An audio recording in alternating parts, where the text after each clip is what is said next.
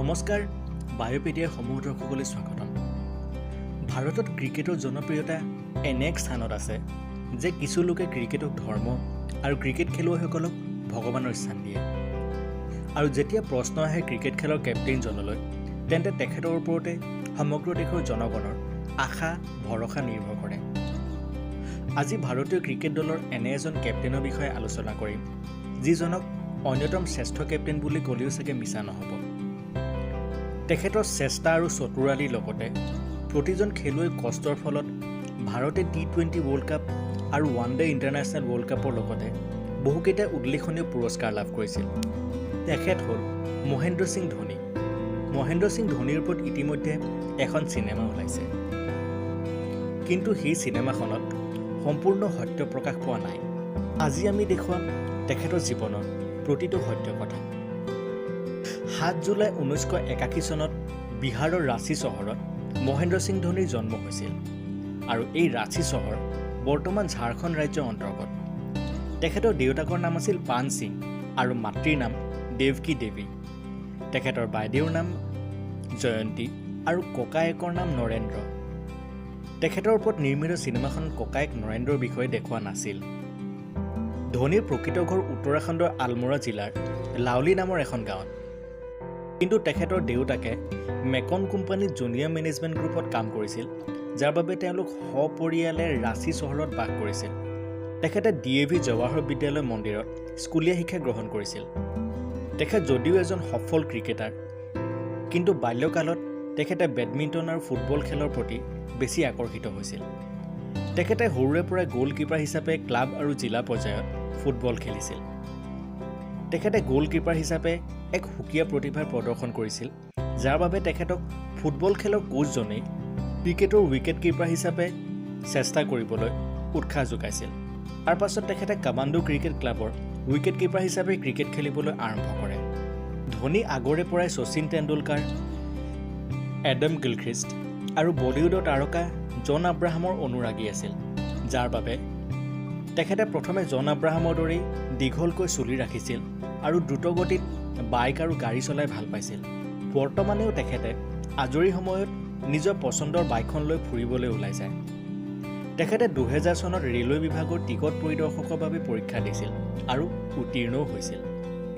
2001 চনৰ পৰা 2003 চনলৈকে তেখেতে দক্ষিণ ৰেলৱে খড়গপুৰ ষ্টেচনত টিকেট পৰিদৰ্শক হিচাপে কৰ্মৰত আছিল। তেখেতে কৰ্মৰ মাজতে ক্ৰিকেট খেলো চলাই নিছিল, আৰু 2000 চনৰ পৰা 2003 চনলৈকে তেখেতে ৰঞ্জী ট্ৰফিৰ বাবে ক্ৰিকেট খেলিছিল। কিন্তু লাহে লাহে তেখেতৰ কৰ্মৰ প্ৰতি মনোযোগ আঁতৰিবলৈ ধৰিছিল আৰু তেখেতে ক্ৰিকেটতে সম্পূৰ্ণ সময় দিব বিচাৰিছিল।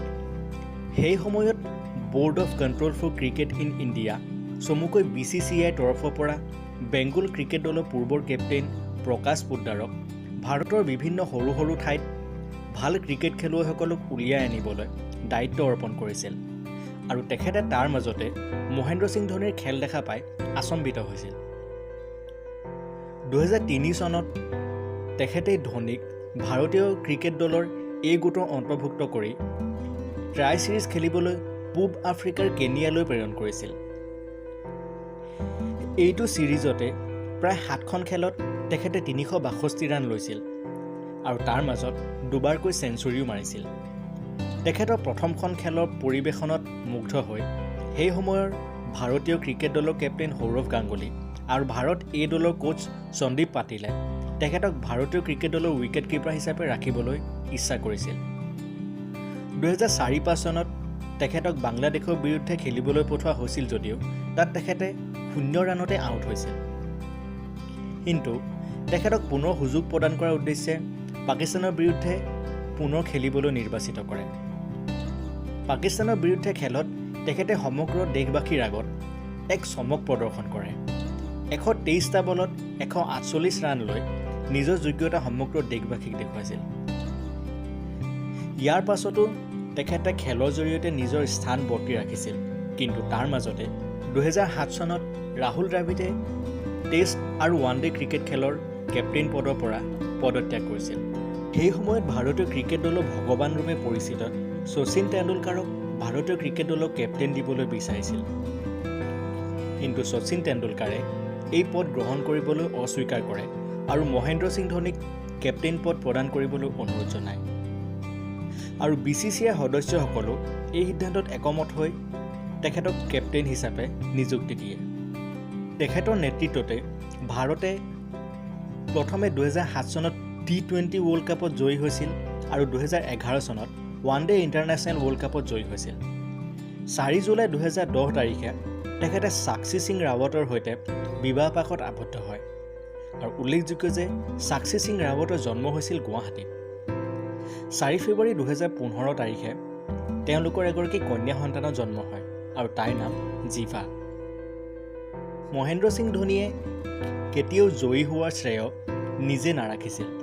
তেখেতে কয় যে দলটোৱে কষ্ট কৰিছে যাৰ বাবে আমি জয়ী হৈছোঁ আৰু সেইবাবেই তেখেতক দলৰ প্ৰতিজন খেলুৱৈয়ে সন্মান কৰিছিল। তেখেতক ইণ্টাৰনেশ্যনেল ক্ৰিকেট কাউন্সিল চমুকৈ ICCৰ তৰফৰ পৰা 2008 চনৰ শ্ৰেষ্ঠ খেলুৱৈ বঁটা প্ৰদান কৰা হৈছিল আৰু এই সন্মান লাভ কৰা তেখেত প্ৰথমজন ভাৰতীয় খেলুৱৈ। তাৰোপৰি তেখেতক ৰাজীৱ গান্ধী খেল ৰত্ন পুৰস্কাৰ প্ৰদান কৰা হৈছিল।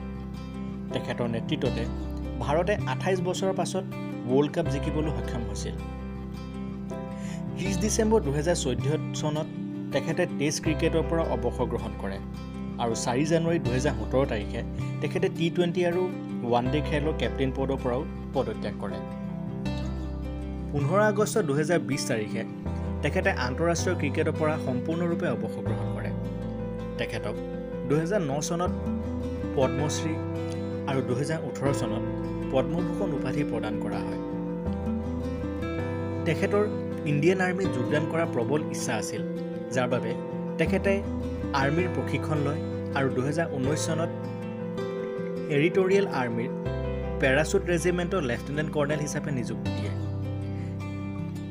কিয়নো তেখেত যুৱ প্ৰজন্মৰ আদৰ্শ আৰু সেইবাবে যুৱ প্ৰজন্মক ভাৰতীয় আৰ্মীত যোগদান কৰাত অনুপ্ৰাণিত কৰিবলৈ তেখেতক এই সন্মান প্ৰদান কৰা হৈছিল। উল্লেখযোগ্য যে তেখেতে বৰ্তমান IPL ক্ৰিকেটৰ চেন্নাই ছুপাৰ কিং দলৰ হৈ খেলে, কিন্তু 2021 চনৰ IPL তেখেতৰ জীৱনৰ অন্তিম খেল বুলিও জানিবলৈ পোৱা গৈছে। ভাৰতীয় ক্ৰিকেট দলৰ ভগৱান হিচাপে পৰিচিত শচীন তেণ্ডুলকাৰে কোৱা মতে মহেন্দ্ৰ সিং ধোনী বিশ্বৰ সৰ্বশ্ৰেষ্ঠ কেপ্টেইন